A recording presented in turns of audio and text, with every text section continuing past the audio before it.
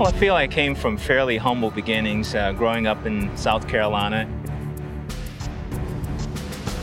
I knew that I just wanted to build a career for myself, as well as increasing my own personal education, and I feel that I've done that.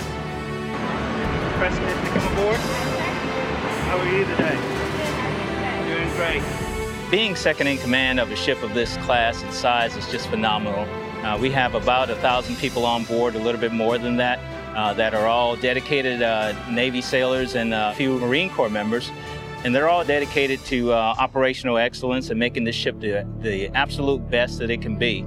It's extremely important that this ship runs like a finely tuned machine.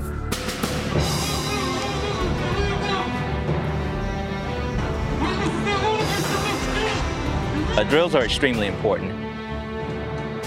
The primary drill that we've been running this week is a main space fire drill. I know this is the third time this week that we run this drill. Should we have a main space fire where we have our propulsion system and all of our diesel fuels that are highly combustible, our damage control team would be ready to respond. Everybody on 4,500 bottles. Buddy checks, make sure your straps are stuck in and your flash. As their executive officer and second in command of this ship, I'm completely responsible for their welfare as well as their own personal and professional development and giving them tools to succeed. We can't make anyone successful, but we can certainly create the path for them to do so.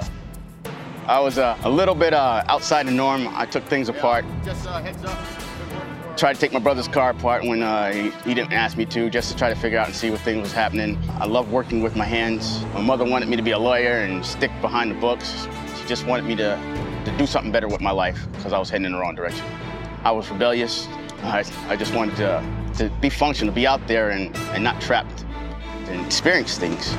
I love working with my hands. I love instructing people to work with their hands and learn the stuff that I've learned. So it makes it easier for them for the mistakes and stuff that I've done. Right here, this is showing our fire pump status. We got 16 fire pumps online saying, hey, 7 and 5 are tagged out, 14 and 16 are online. In the military, if you apply yourself and you're there and you have the right spirit and everybody wants to be around you, they want to help you succeed and you want to push forward. My first commission, I went to Japan on a USS Juno. I saw the military from different aspects. As for being in engineering, you're down there, you make sure the ship gets through the water, but with the ship, you need every department to get along, to move, to make it functional, to support the missions assigned. But as in engineering, we are the backbone to ensure that these missions are completed. After my commission, I understood that we are a collective force, and it just became amazing to me that I'm a part of this big environment and I'm allowed to apply myself. Well, that's a good training opportunity. Interacting with all of the people on board is very rewarding, simply because we have folks from all different walks of life, all different ages, and it's easy for us all to get along when we have a pretty common goal.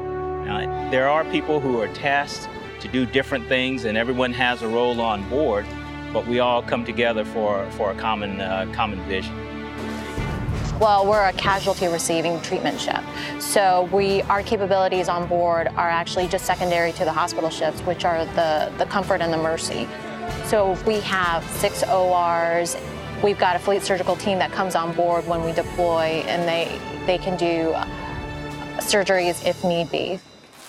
So I'm the medical admin officer on board the ship.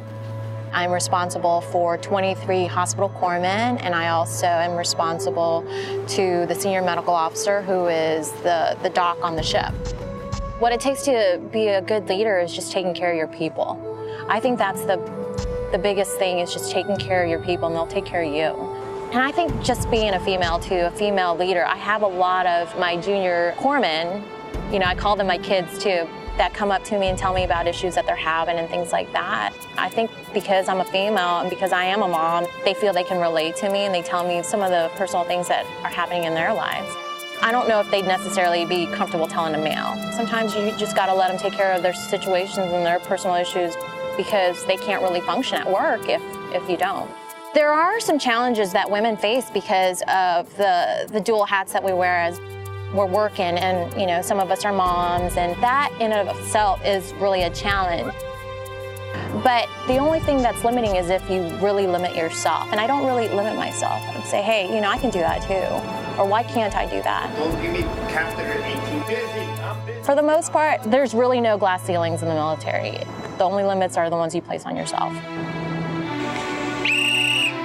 First call to colors.